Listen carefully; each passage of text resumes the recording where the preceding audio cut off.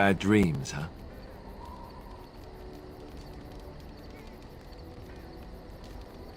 Well, it is real. Sort of. You see, part of being a Grey Warden is being able to hear the Darkspawn. That's what your dream was, hearing them.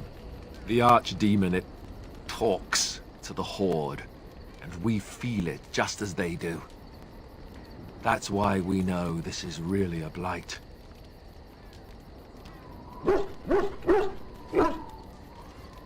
I don't know if it's really a dragon, but it sure looks like one. But yes, that's the Archdemon. It takes a bit, but eventually you can block the dreams out.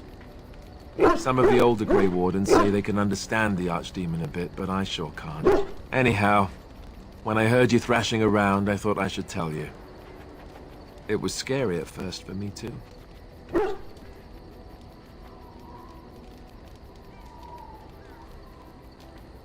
That's what I'm here for.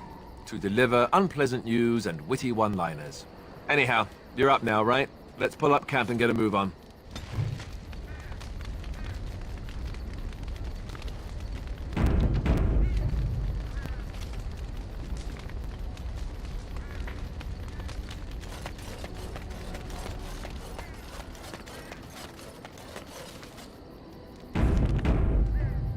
You're a hard woman to find. Where are my manners? The name is Levy. Levy Dryden. Did Duncan ever mention me? Levy of the coins? Levy the trader?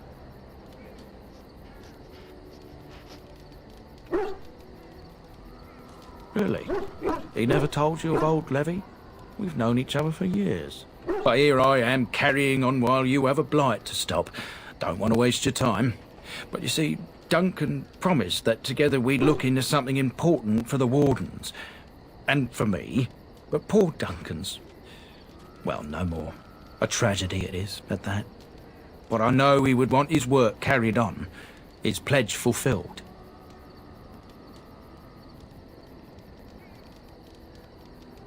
It's a bit of a tale, that is. But I'm the one who brought the Grey Wardens back to Ferelden. Well, I was one of the ones. There were a lot of us. Maker's breath, I'm a bit nervous. Honoured to be here, really. After King Marek freed us from the Orlesians, the Grey Wardens begged the King's permission to come into Ferelden, some sort of internal business. Me and a mess of other Warden sympathisers spoke on behalf of your order. Tan Loghain was very much against letting Orlesian Wardens in the kingdom. But Marek, Andraste, bless him, was a fair-minded monarch, and he let them in. So that's why I was there when the Wardens and their leader, Genevieve, presented herself to the King. The first Wardens in Ferelden in over a century. Proudest day of my life, that was. Duncan was a bit of a scamp back then. We were of an age, and struck up a friendship. The King himself went with the Wardens on their mysterious business. When he returned, he rescinded King Ardland's decree, and the Wardens came back to Ferelden for good.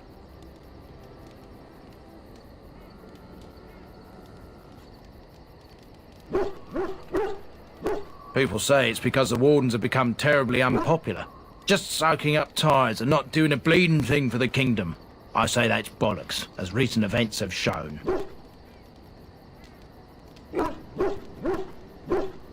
Oh, your stomach's all aflutter.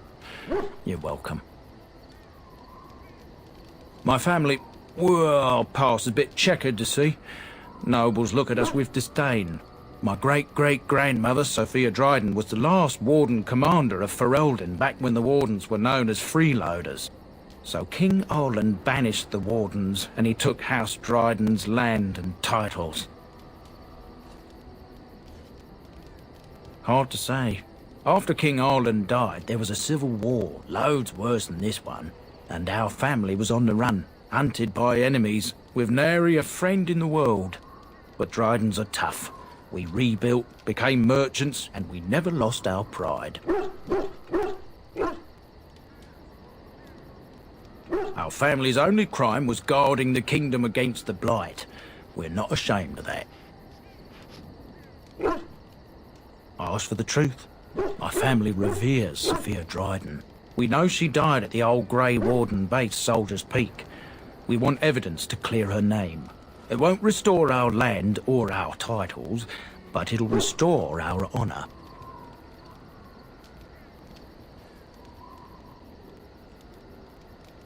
Well, no one's been to Soldier's Peak since Ireland's days. At least none that's come back. I spent years mapping the maze of tunnels to the peak, and I found the way a few years back. So I went to Duncan, I did, and I said that he could reclaim the old base and my family could have its honor.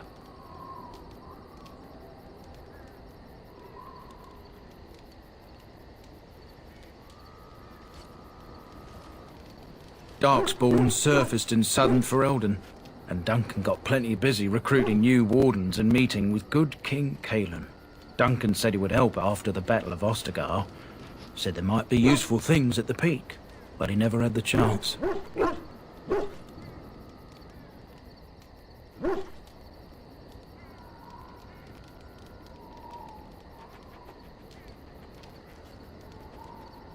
A thousand blessings upon you, Warden. I'll mark down the location on your map. When you arrive, we'll pick our way through the tunnels together.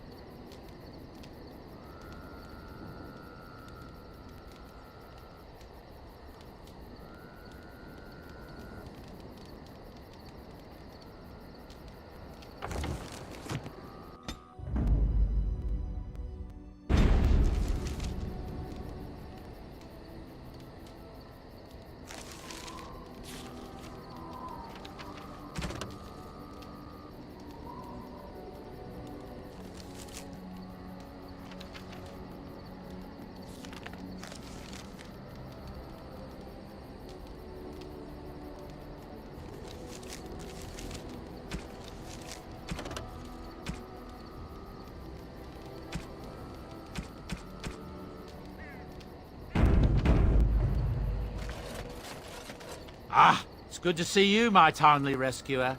Bodon Fennick, at your service, once again.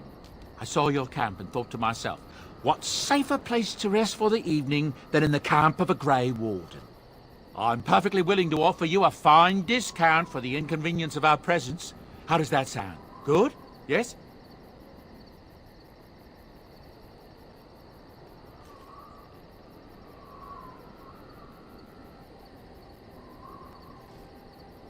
I can see why you might be suspicious, being a Grey Warden and all. Were I in your shoes, I would feel the same way.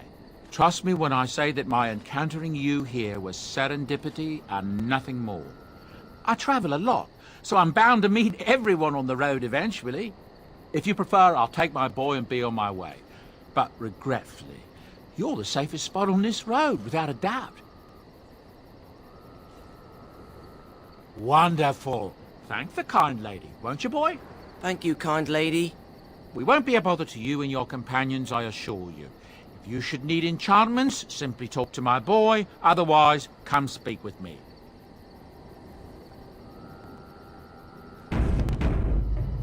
Hello. The boy's a bit simple, but he's rather good with enchantments. One of those tranquil fellas actually called him a... what was it now? A savant. I had no idea such a thing existed. He can fold lyrium into almost any weapon or piece of armor, though naturally some of the more extravagant materials will take more lyrium than others. It's a process that some of the master smiths back in Orzammar will perform, but my boy here is just as adept at it. Isn't that right, boy? Enchantment! And there you have it.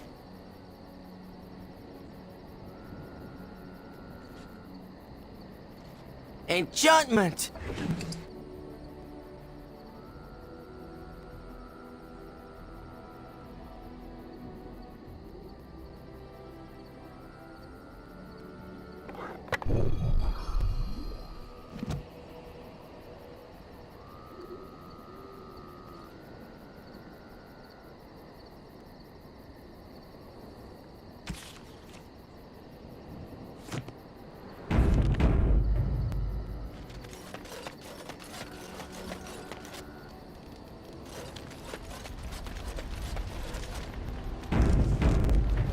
What do you wish of me? If you must. I cannot teach you, no, but any other mages that cared to learn, yes, I could do that. Send whoever you wish my way, and I shall teach them what I can in the camp, provided they possess the will to even make the attempt.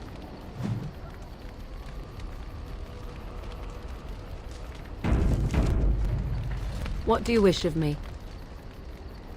If you must.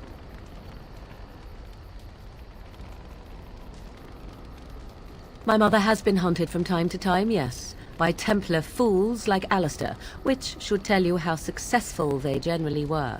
Flemeth made a bit of a game of it, in fact. The Templars would come again, and she would look at me and smile and say that the fun was to begin once more. I found the game fun. I was too young to understand the truth behind what was happening. Flemeth would warn them once. 'Twas a warning they inevitably failed to heed. And then the true game began. Often Flemeth would use me as bait. A little girl to scream and run and lure the Templars deeper into the wilds and to their doom. 'Twas a game, and I a young girl. If I didn't get to play, I would have been very upset. Thankfully, the wilds is a vast place. Once they found us, Flemeth would simply move us elsewhere, and we would be lost within the forest once again. I did not understand the danger we faced until I was much older. I had never heard of apostates or maleficarum.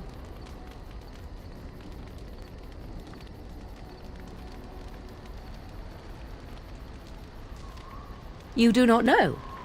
The Zealots use that word for any magic they do not control. The Chantry sees any mages not leashed to the Circle of Magi as apostates, and apostates could become maleficarum, evil mages that resort to blood magic and become demon-enslaved abominations. It may even be true, still, those of us who prefer freedom see no reason to submit.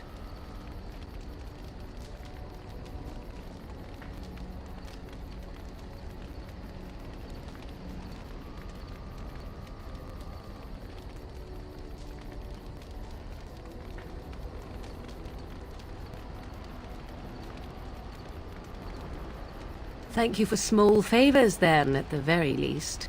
Enough of this talk. Let us return to the task at hand. What do you wish of me? If you must. Well, that depends, does it not? What does she seem to be?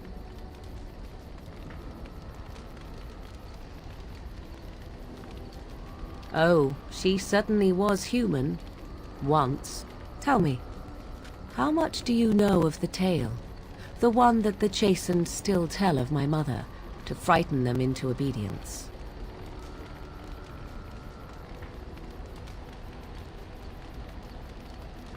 Ah, I see. That does explain much. I can relay what Flemeth once told me herself, and you can decide whether or not 'tis the truth, if you desire.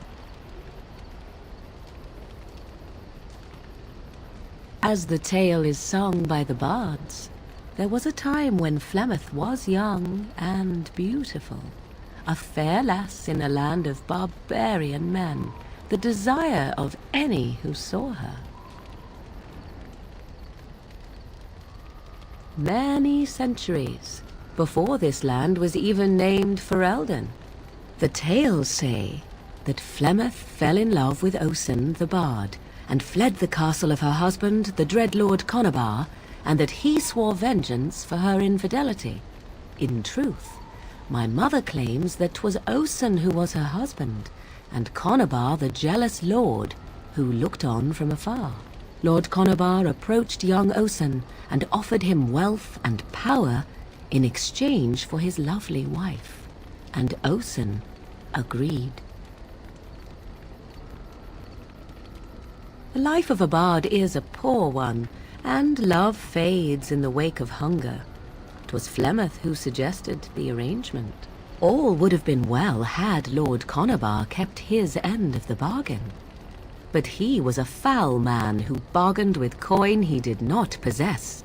Osen was led off to a field and slain, left for dead. Flemeth spoke to the spirits and learned of the deed, and swore revenge.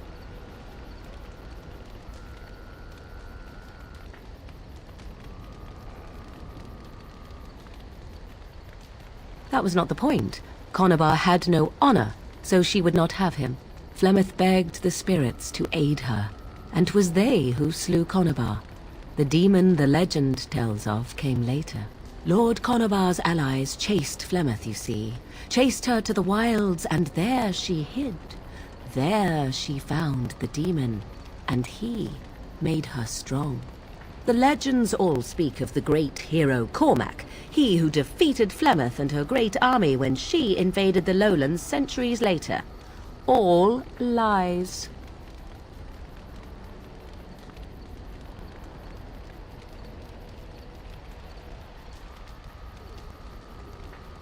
The truth of the matter is that there was never an invasion. As Flemeth tells it, the Chastened never raised an army under her banner, and she never fought with any warrior named Cormac. Cormac led a brutal civil war against his own people, and later claimed it was to vanquish evil that had taken root amongst the lords. Thus, he was hailed a hero. Flemeth was only attached to the legend much later.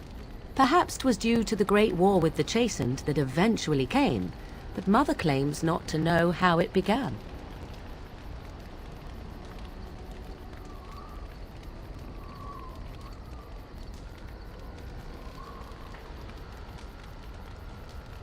The demon within her has transformed her into something else. An abomination, perhaps some would say. I know not. I only know my mother is clever, and she is part of the wilds as it is part of her. But she is no immortal. She bleeds. A blade in her heart would kill her like any other, were it lucky enough to find her.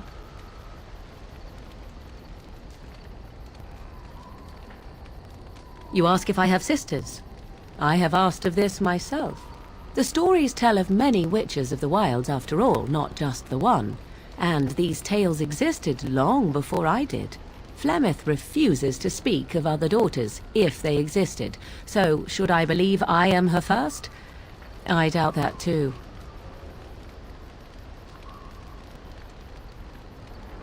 The Chastened tell of a falling out between Flemeth and her daughters. They say that one day she hunted them all through the wilds and ate their hearts. It may be true.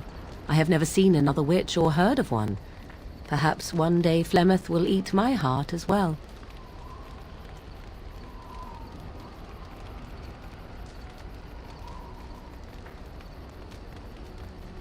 I do not believe everything that Flemeth claims. Oft it seems her bitterness has colored her memories. But on the whole, yes, I believe this tale, if not all.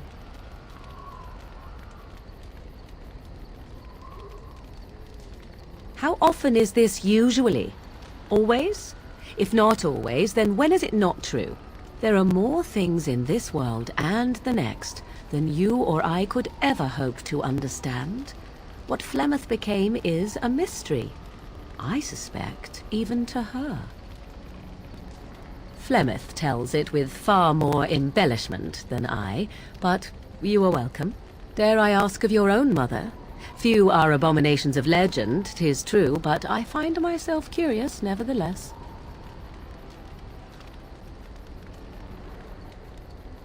Ah, then you have my sympathies for what it is worth. Which is very little, I am certain. It matters not. Let us move on. What do you wish of me?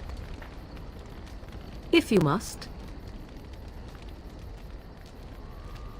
What do you wish of me? We are in camp, so 'tis as good a time as any. I am here because Flemeth commanded me to aid you. Why? Do you wish me to leave? I can do so if you prefer. Then I assume our discussion ends here.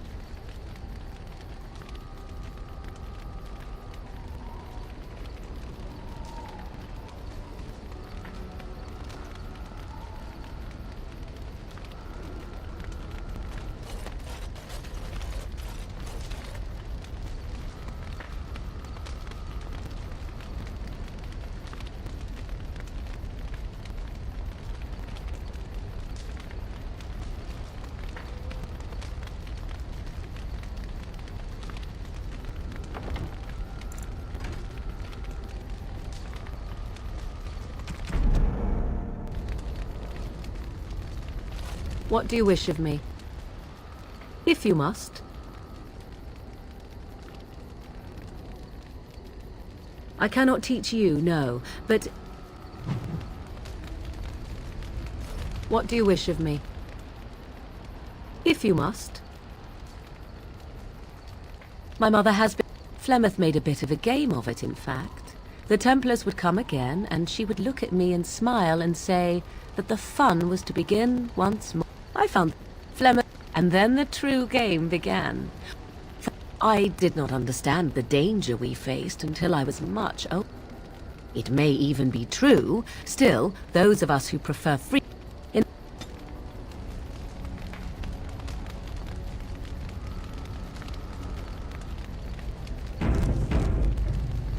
What do you wish of me? If you must. Well, that depends, does it not? What does she seem to be?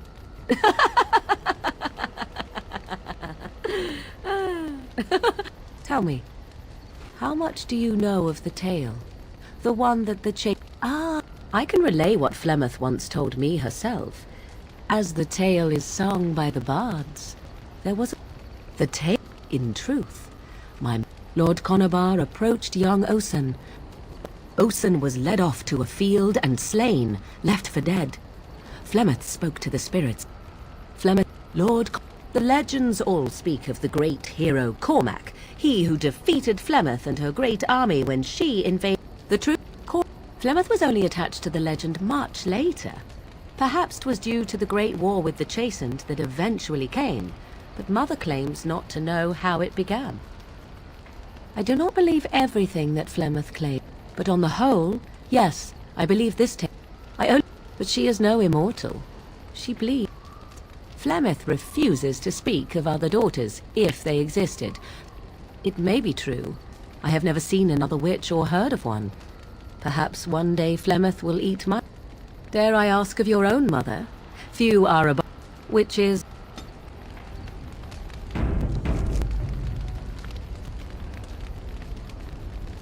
What do you wish of me? We are in camp, so 'tis as good a time as any. I am here because Flemeth... Why? Do you wish me to leave? I can do so if you prefer. If I wanted to leave, then I would go. I remain, so do not ask such pointless questions.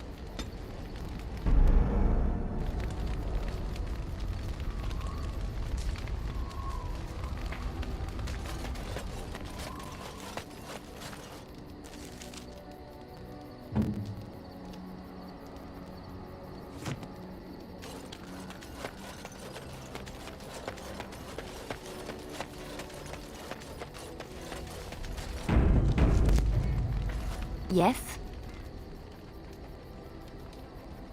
Well, here I am.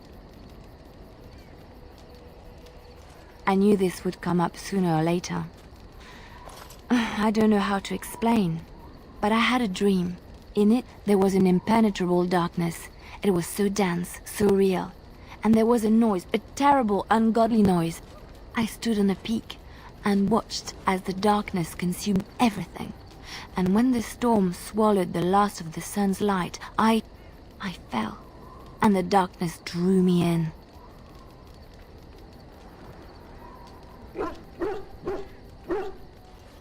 I suppose I did. That was what the darkness was, no? When I woke, I went to the Chantry's gardens, as I always do. But that day, the rose bush in the corner had flowered. Everyone knew that bush was dead.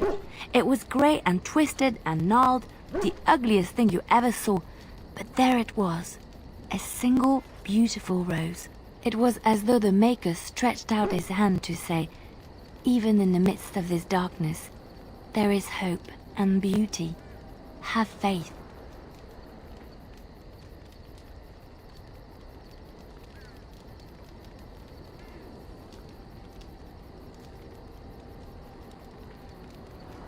In my dream, I fell, or maybe I jumped. I'd do anything to stop the blight. I know that we can do it. There are so many good things in the Maker's world. How can I sit by while the blight devours everything?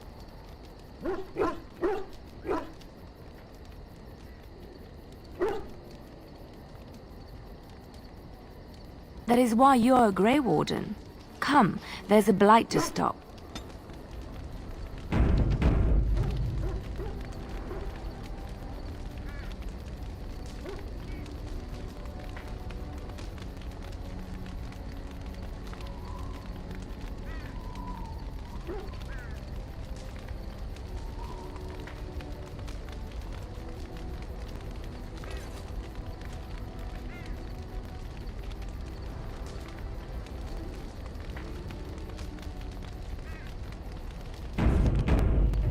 Yes? Well, here I am. Quiet.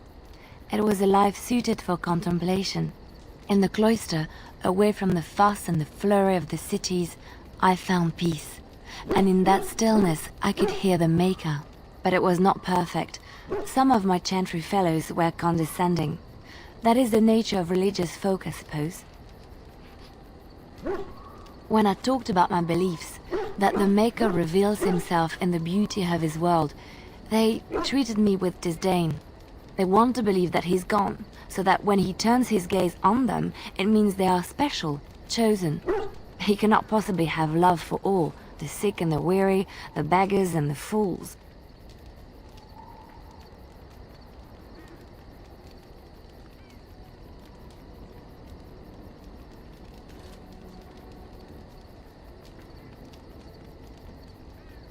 What can I say to them? What they believe is what the chantry says, and the chantry is infallible, yes? Maybe I am wrong. But it is the Maker's place to decide if I am worthy, not men, not the chantry. But there is work to be done, and I have talked enough for now. Yes? Well, here I am. What is meant by someone like me?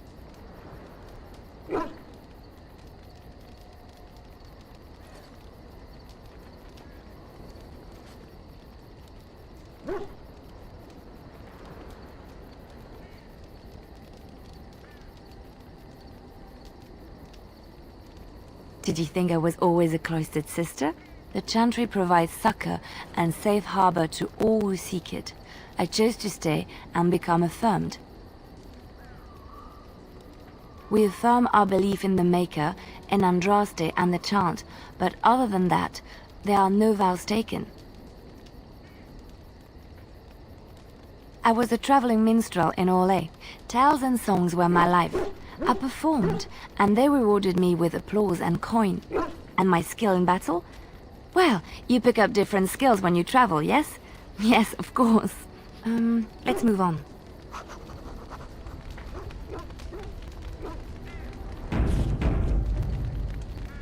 Yes? Well, here I am.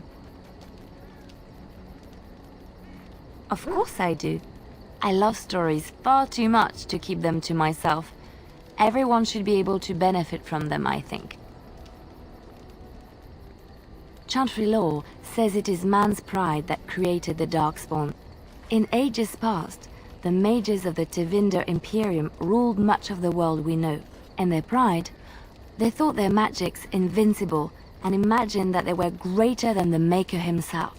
So thinking, they invaded his golden city, planning to take it for themselves and depose their own creator. But they were impure and full of sin.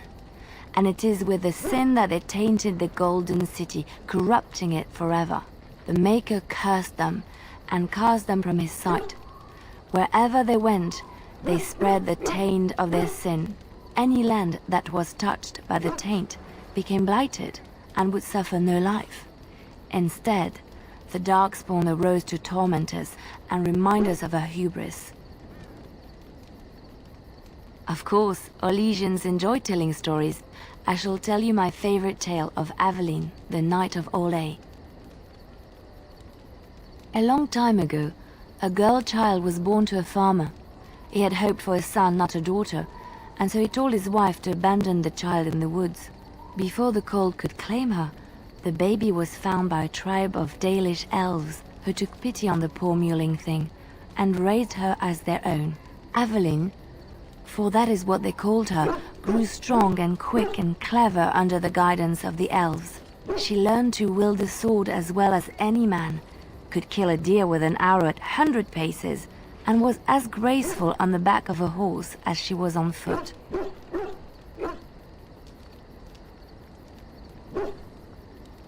Aveline's Dalish guardians saw that she could easily best any Orlesian chevalier in battle, and wanted to show the cruel humans the child they had left to die. They bestowed upon her a fine horse and armor, and sent her to prove herself to her people in the grand tourney. Now in those days, no woman was allowed to take up arms, let alone compete in the grand tourney, but Aveline kept her helmet on and was not discovered. Aveline won many events and gained the approval of the adoring crowd. Eventually, she came face to face with the knight Kaleva in the grand melee. Aveline had already bested him in the joust, and Kaleva was determined not to lose a second time. Out of desperation to regain his honor, Kaleva tripped Aveline and tossed her to the ground, ripping off her helmet as he did so. Silence fell upon the arena as Aveline was revealed. Kaleva declared the previous competitions invalid.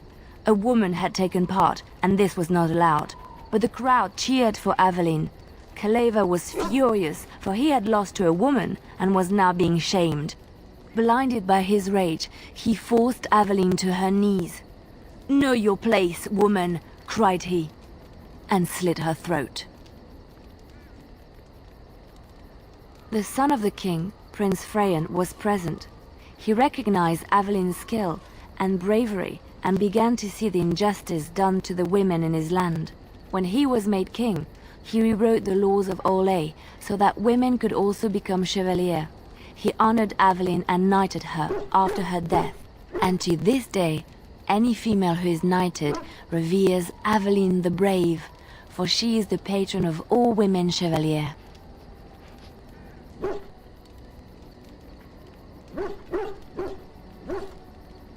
I know one, told to me by my mother a long time ago. It always chilled me to the bone. Maybe you have heard of Flemeth?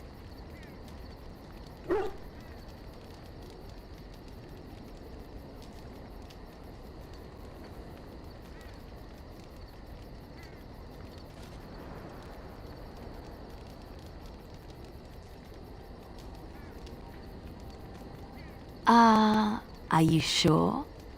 Was she the Flemeth of legend? Flemeth, the devourer of men? Flemeth, mother of witches? Flemeth, demon-touched, who dwells in the mists?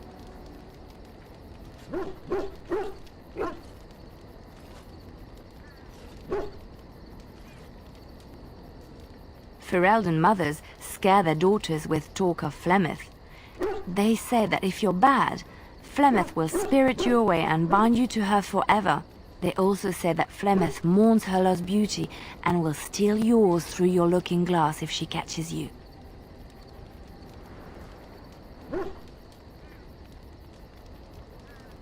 Flemeth's beauty was known throughout the land. She had hair like unto a moonless night, skin as pale as winter's first snow, and eyes as beautiful and perilous as the sea.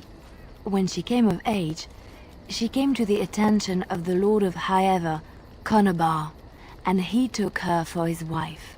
Conobar soon learned that his young bride had the gift of magic. He kept this a secret, for he feared that she would be taken from him. Flemeth stayed with Conobar for some years, and with his blessing, she practiced her art. And then one day, a young poet named Osen came to the castle. Flemeth was captivated by Osen's voice, and he by her beauty, and they fell in love.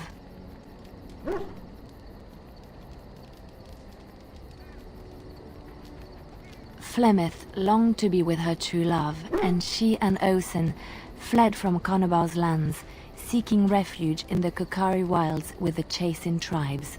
They lived there happily for many a year, till the day Flemeth received news that Conobar was dying and longed to see her face one last time.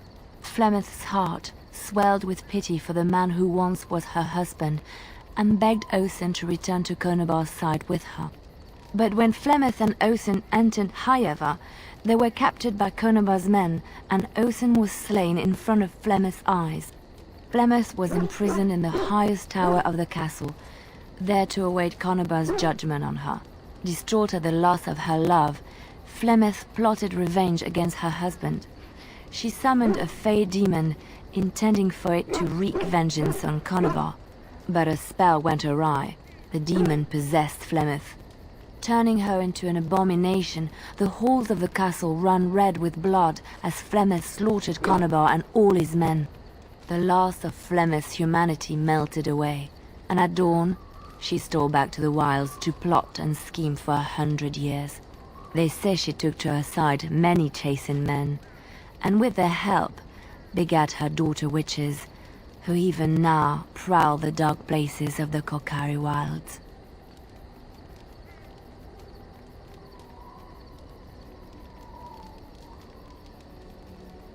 Which one?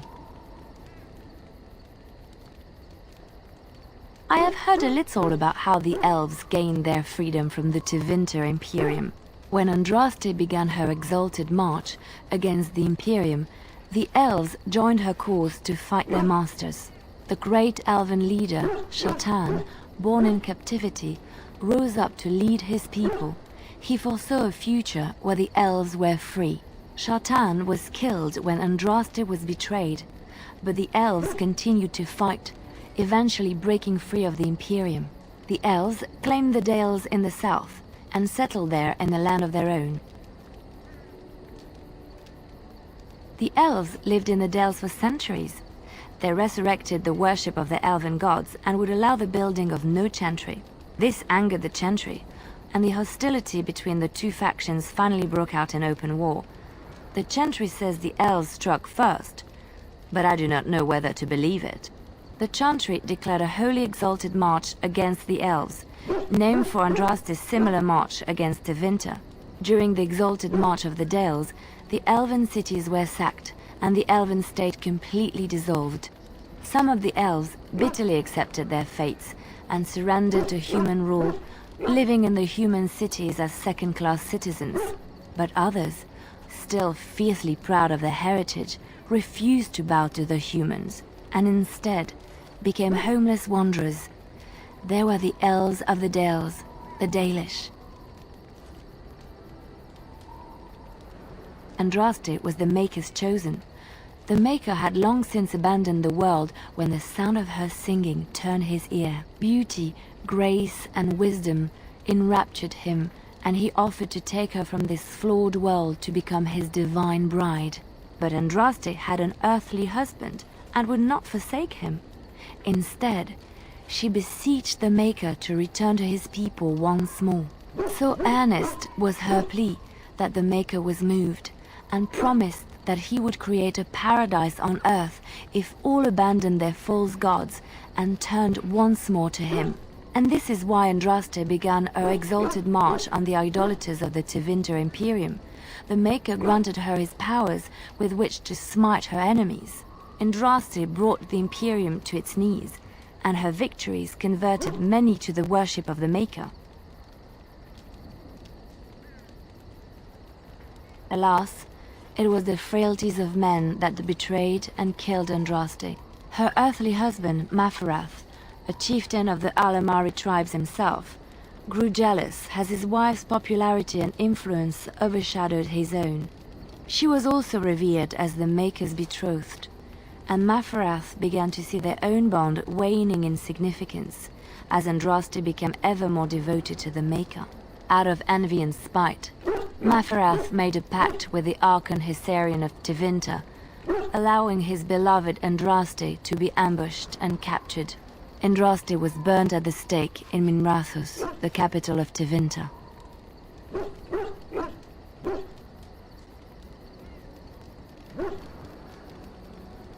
I have thought on this too. Did he withdraw his sight from her at that moment? Where were all the powers he bestowed upon her? This question has come to me many times, and I have no answer. Perhaps there was no way for Andraste to return to the Maker but through her death.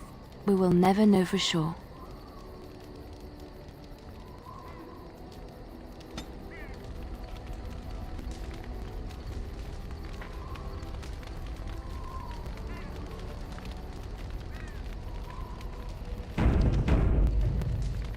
Yes? Well, here I am. Of course I do. I love stories far too much to keep them to myself. Everyone should be able to benefit from them, I think.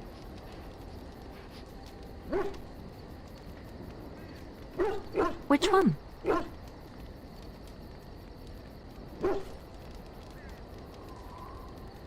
It will come to you soon, I'm sure.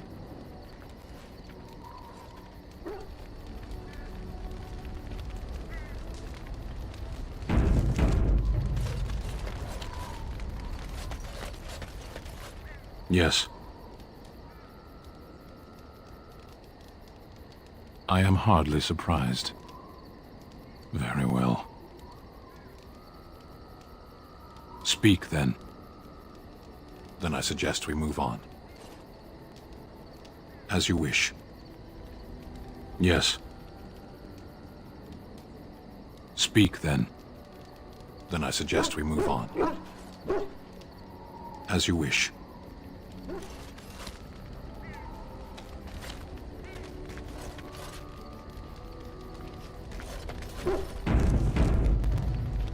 What do you need? Ask away. Essentially, they're trained to fight. The Chantry would tell you that the Templars exist simply to defend. But don't let them fool you. They're an army. The other main purpose for a Templar is, of course, to hunt mages. To that end, we train in talents that drain mana and disrupt spells.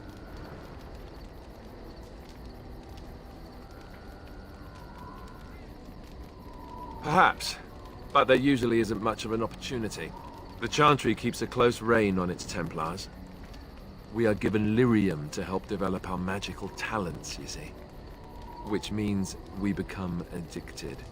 And since the Chantry controls the lyrium trade with the dwarves, well, I'm sure you can put two and two together.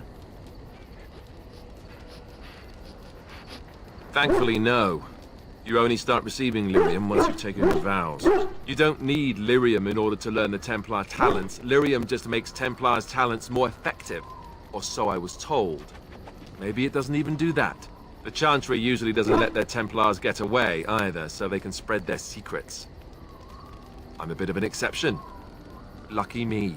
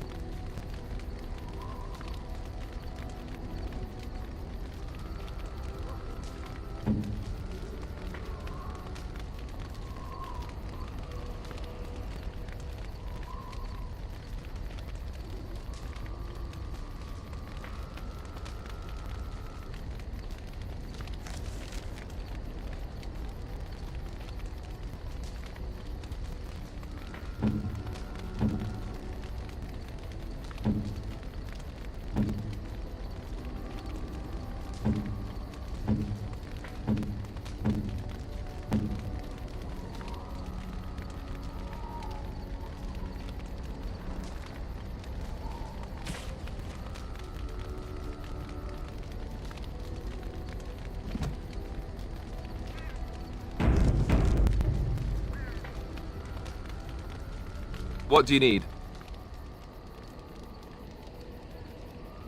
Ask away.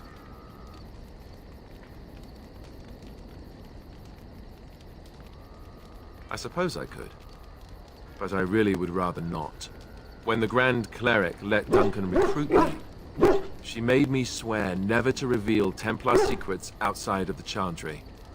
I'd rather not go back on my word.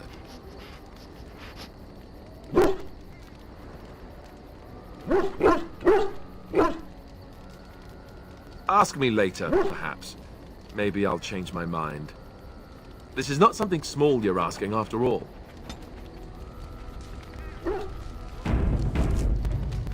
What do you need? Ask away. Such as they are. That's a good question. There's plenty in Orlais, but who knows where they might be found. And the nearest Orlesian city is weeks away. If we go north and cross the sea, there's bound to be some in the Free Marches. Again, however, I just don't know where. I don't know anything about Grey Wardens in other lands. Here in Ferelden, there's our compound in Denerim at the palace, but that's it. Loghain will have control over that and be watching it, no doubt.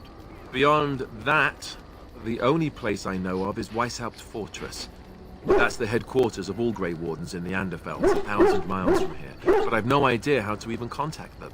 So unless we try to get back to the compound in Denerim, I suppose the answer is no. There's nowhere for us to go. I imagine that eventually the Grey Wardens outside of Ferelden will wonder what's happened. Why there's no contact from Duncan or someone. They'll send someone eventually. Though who knows what Loghain's people in Denerim will tell them. Maybe they won't send anyone. We could try to contact them. But that would mean leaving Ferelden, and even if we did, they couldn't come back with us in time to stop the Blight. So that means whatever happens, it's up to us. I mean, eventually we would have to use the joining to make more Grey Wardens, right? But I don't know how to do the joining, or what's involved. I know it involves lyrium and some other magic, and that it's really difficult to prepare, but that's it. Unless we can find out more about the joining, I guess we better get used to the idea that there might only be 2 of us for now. Until more come from elsewhere.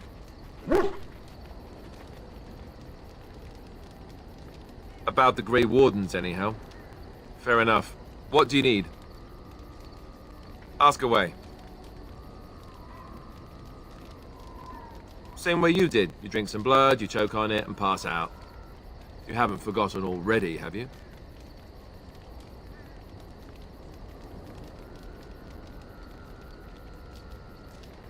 I do my best. What can I say? Let's see, I was in the Chantry before. I trained for many years to become a Templar, in fact.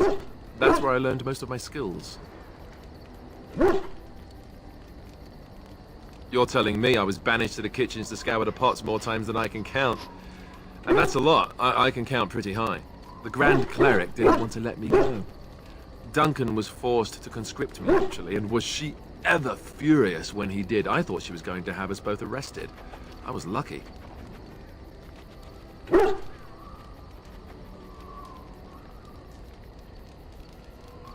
I wondered that myself. It's not as if she valued me highly. I think she just didn't want to give anything to the Grey Wardens, is all. The Chantry didn't lose much.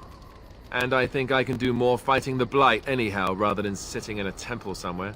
I'll always be thankful to Duncan for recruiting me. If it hadn't been for him, you know, I wouldn't have.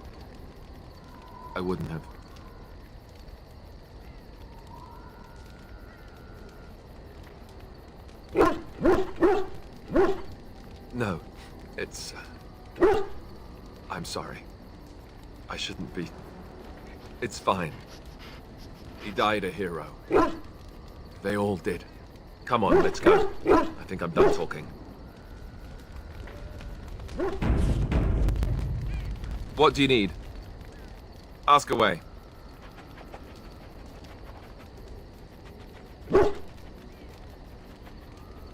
I'll did I say that? I meant that dogs raised me. Giant slobbering dogs from the Anderfels. A whole pack of them, in fact.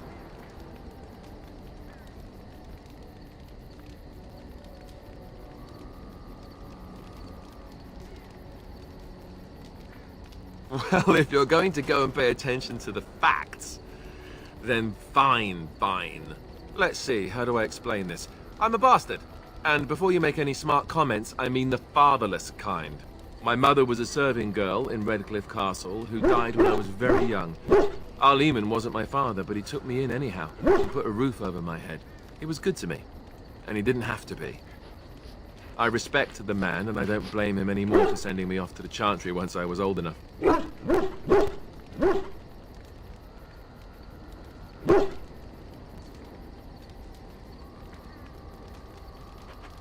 I know who I was told was my father. He died even before my mother did, anyhow. It isn't important. Al Eamon eventually married a young woman from Orlais, which caused all sorts of problems between him and the king because it was so soon after the war. But he loved her. Anyhow, then you, Arlessa, resented the rumors which pegged me as his bastard. They weren't true, but of course they existed. The Arl didn't care, but she did. So off I was packed to the nearest monastery at age 10. Just as well. The Arlessa made sure the castle wasn't a home to me by that point. She despised me.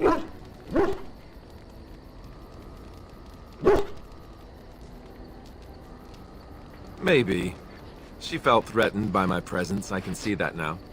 I can't say I blame her. She wondered if the rumors were true herself, I bet. I remember I had an amulet with Andraste's holy symbol on it. The only thing I had of my mother's. I was so furious at being sent away, I tore it off and threw it at the wall and it shattered. Stupid thing to do. The Arl came by the monastery a few times to see how I was, but I was stubborn. I hated it there, and blamed him for everything. And eventually, he just stopped coming.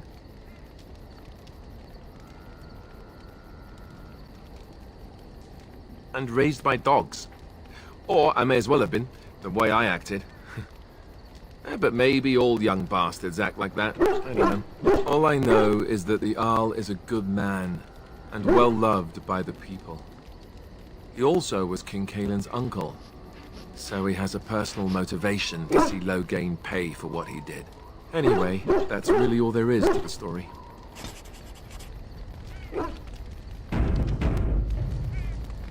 What do you need? Ask away.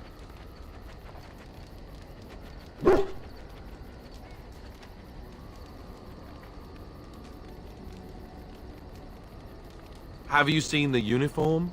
It's not only stylish, but well made. I'm a sucker for good tailoring.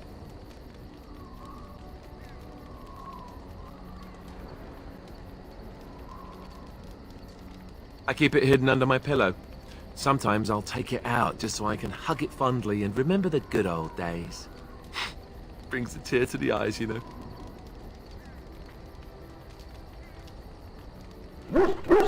You don't really want to know about my being a Templar, do you? It's really quite boring. Poke, poke, poke. Tell me everything about your life, Alistair. All right, if you insist. It's not like we have anything better to do, right? The truth of the matter is that I did hate going to the monastery. The initiates from poor families thought I put on airs, while the noble ones called me a bastard and ignored me. I felt like Al Eamon had cast me off, unwanted, and I was determined to be bitter. But I took some solace in the training itself, I guess. I was actually quite good at it.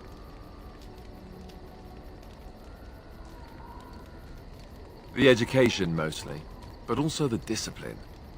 You need to have a disciplined mind in order to use the abilities we have.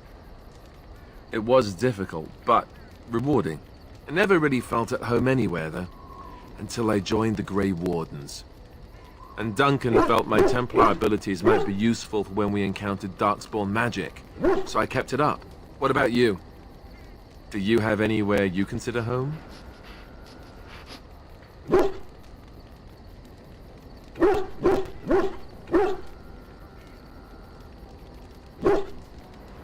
But it's not your home anymore, right? You can never go back for good. I think I understand how you feel. We won't always be traveling like this, you know? Once the war is over, once the Blight is... well, a time will come when we'll have to think about having a real home again. Though that seems like a far ways off. And I suppose the Grey Wardens are gone for good, either way.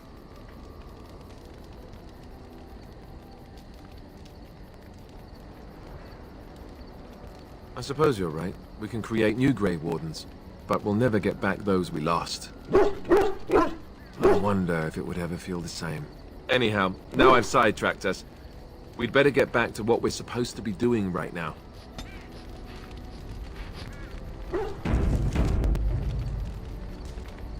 What do you need? Ask away.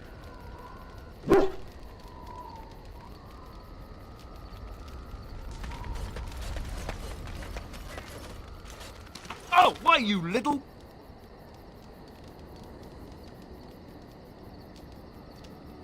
Your furry friend here took offense at me getting near his food. He snapped at me, look.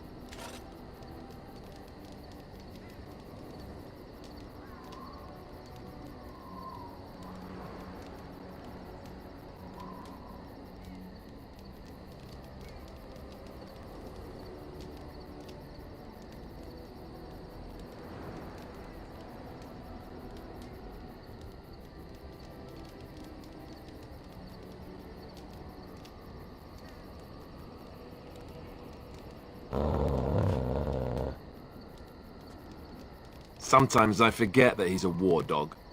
That'll teach me.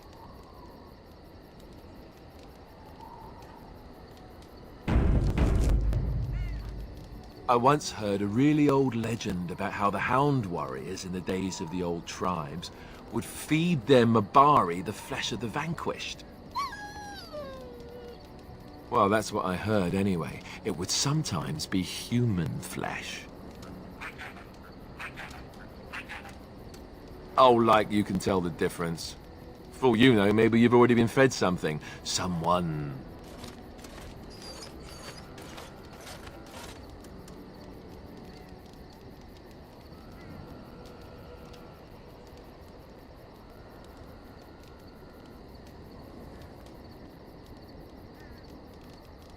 It's not cannibalism if he's eating it, you know.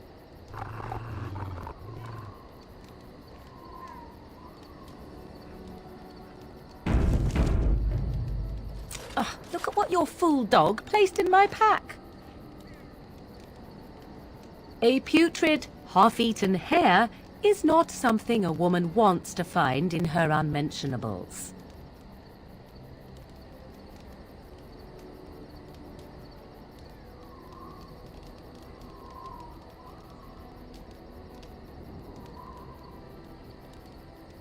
The dirty mongrel can have this back. There. And tell him not to do it again.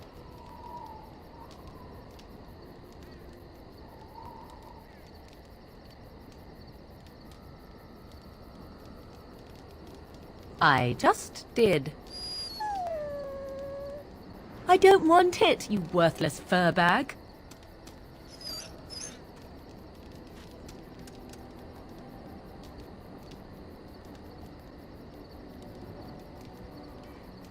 Oh, he's just trying to be manipulative, I can tell. I do it too.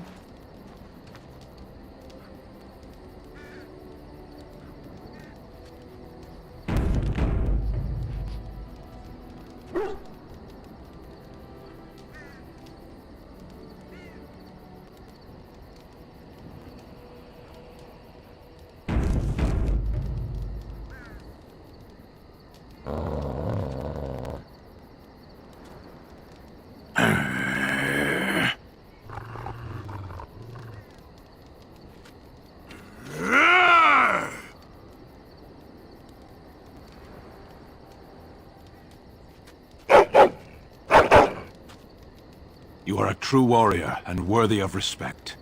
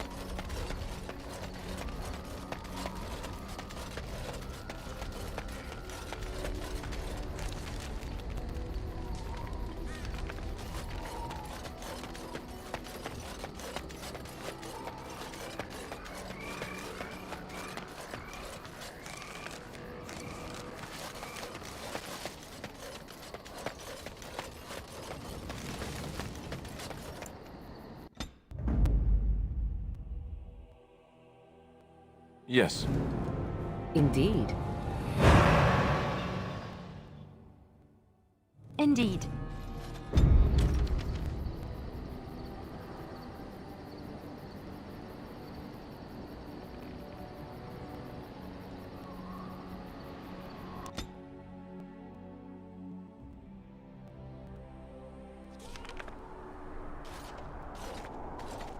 Look, can we talk for a moment?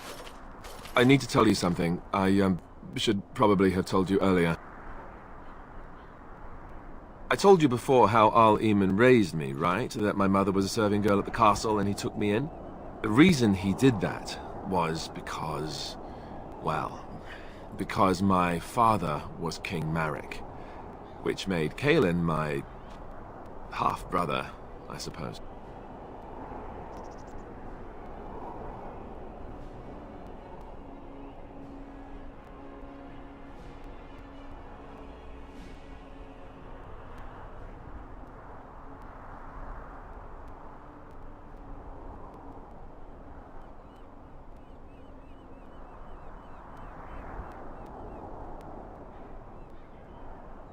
Maker's breath, I hope not. I don't think so. You don't think so, do you? I'm a bastard. And nobody even knows about me. I would have told you, but it never really meant anything to me. I was inconvenient, a possible threat to Kaelin's rule, and so they kept me secret. I'd never talked about it to anyone. Everyone who knew either resented me for it or they coddled me. Even Duncan kept me out of the fighting because of it. I didn't want you to know as long as possible. I'm sorry.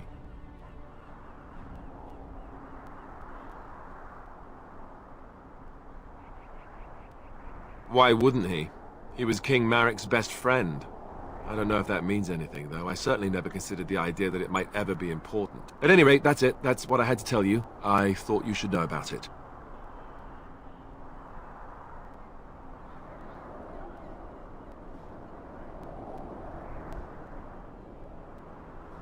Let's hope not.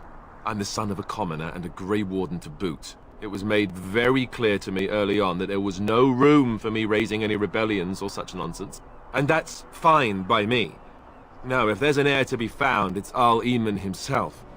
He's not of royal blood, but he is Kaelin's uncle, and more importantly, very popular with the people. Though, if he's really as sick as we've heard... Oh no, I don't want to think about that. I really don't. So there you have it. Now can we move on? And I'll just pretend you still think I'm some nobody who was too lucky to die with the rest of the Grey Wardens.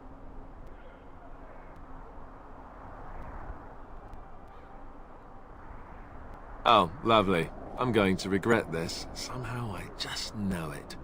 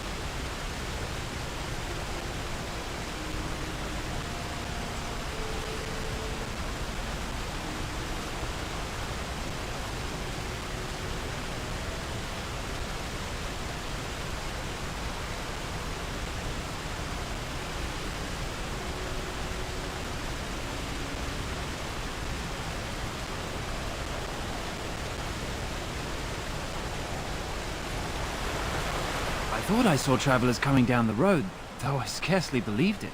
Have you come to help us?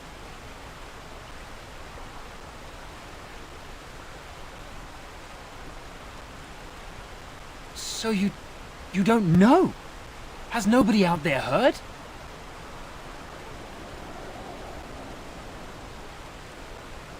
We're under attack. Monsters come out of the castle every night and attack us until dawn. Everyone's been fighting and dying. Apparently everyone seems to agree that a blight is the perfect time to start killing each other. Marvelous, really. We've no army to defend us. No Arl and no king to send us help. So many are dead. And those left are terrified they're next. Hold on, what is this evil that's attacking you? I don't rightly know. I'm sorry, nobody does. I should take you to Ban Tegan. He's all that's holding us together. He'll want to see you. Ban Tegan, Arlemon's brother. He's here. Yes. It's not far, if you'll come with me.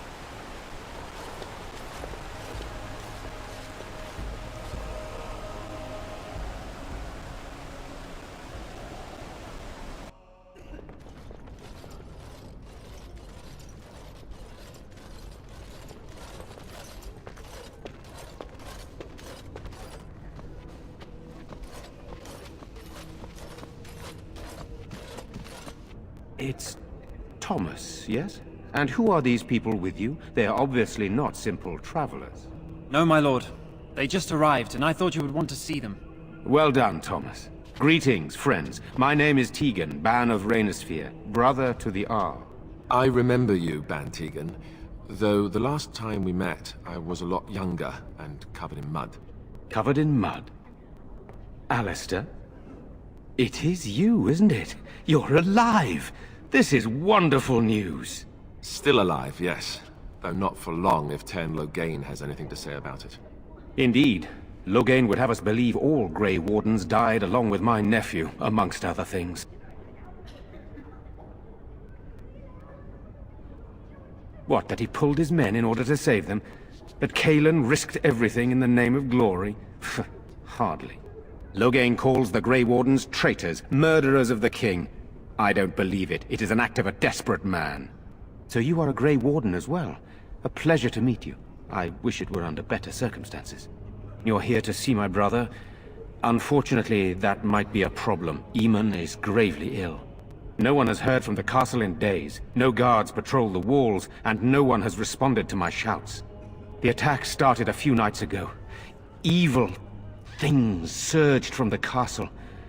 We drove them back, but many perished during the assault.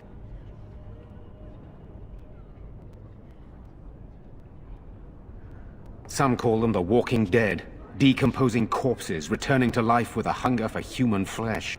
They hit again the next night. Each night they come with greater numbers. With Cailan dead and Loghain starting a war over the throne, no one responds to my urgent calls for help.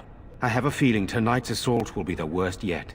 Alistair, I hate to ask, but I desperately need the help of you and your friends. It isn't just up to me. Though the Grey Wardens don't stand much chance against Loghain without Arleman. How pointless to help these villagers fight an impossible battle. One would think we had enough to contend with elsewhere. Thank you. Thank you. This means more to me than you can guess. Thomas, please tell Murdoch what transpired. Then return to your post. Yes, my lord. Now then, there is much to do before night falls. I put 2 men in charge of the defense outside. Murdoch, the village mayor, is outside the chantry. Sir Perth, one of Eamon's knights, is just up the cliff at the windmill, watching the castle. You may discuss with them the preparations for the coming battle. Of course. I have those few who returned from their quest. You know of this, yes?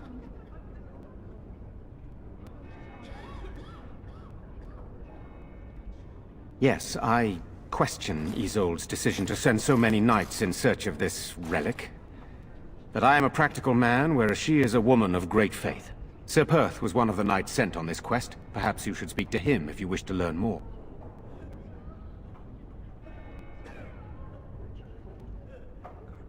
Sir Perth insists. He wants me to be with the villagers, so everyone he needs to protect is in one place. I don't mind, to be honest. The point of all this is to protect the villagers, and I can do that best here. This is the last line of defense, should things go amiss.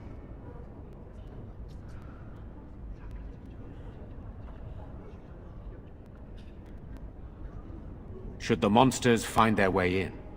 I would prefer not to fight in the Chantry, but if they come, then so must it be. We could bring some men in to stand beside me, but I'd rather keep the monsters away from the villagers if possible.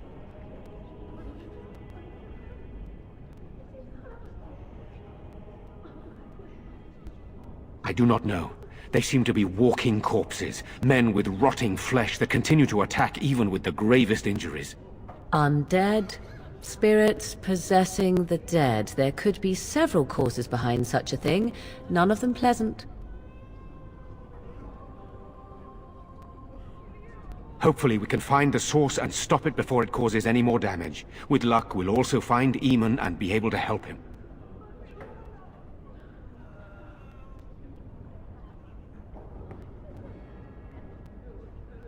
Very well. Luck be with you, my friend.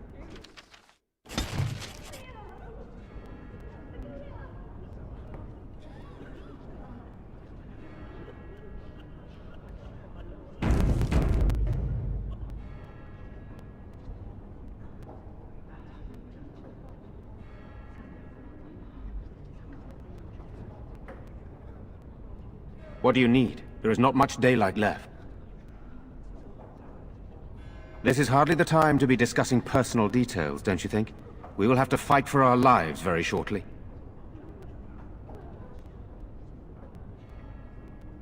I beg your pardon, my lady. Where are my manners?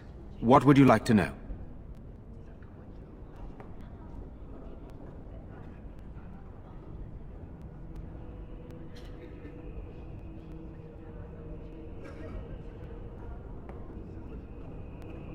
Oh, you mean, am I married?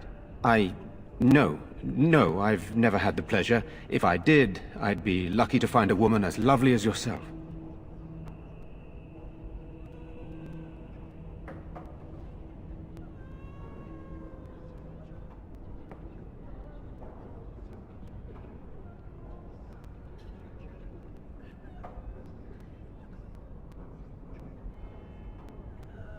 If I may be so bold, what of you, my lady? Are you married?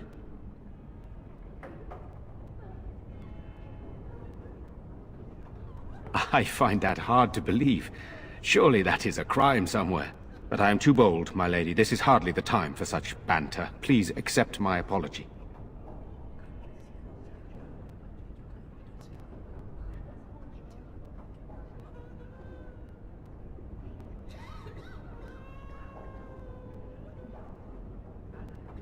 I'm glad. What else would you like to know?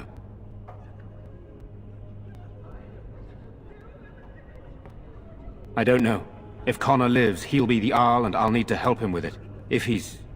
well, I don't want to think about that.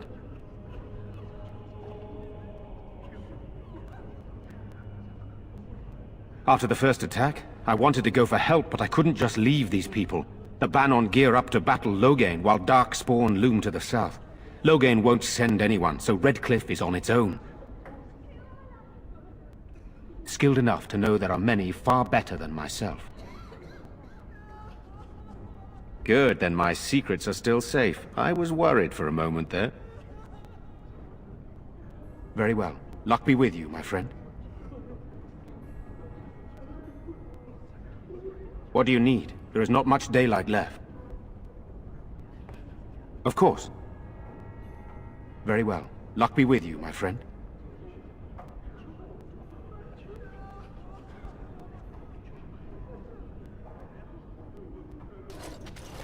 Let us pray. You are of dwarven blood and a stranger amongst us, yet you defend a home that is not your own. We are grateful for that.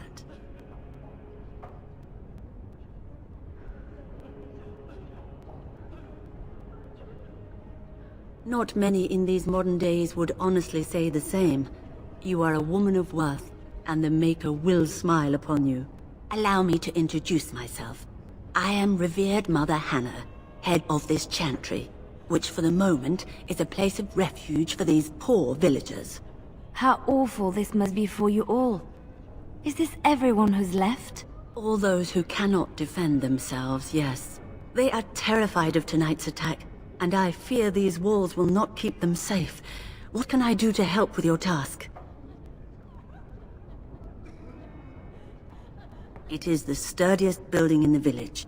The women, elderly, and children will stay here during the battle, while the militia and knights protect them. They set up a barricade outside the chantry to keep monsters from getting inside. If anything gets in, Ban Tegan is our only defense. Please, have mercy. Help these people. Do whatever you can. You would? That is, I mean, of course. I'd be happy to. Blessed art thou who exists in the Maker's sight.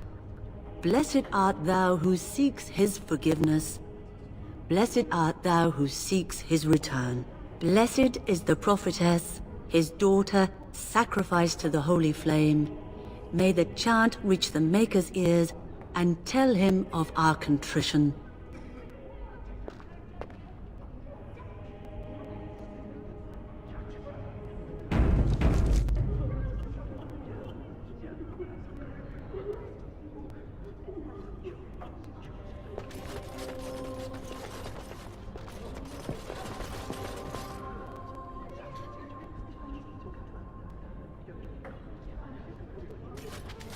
I'm scared, Mother. When are the bad men coming? Soon, darling. Don't worry. Everything will be all right. I want to go home. Where's Father? Why can't we go home? I already told you. Father is outside defending the village from the bad men. We must stay here and be brave. Can you do that? I guess so.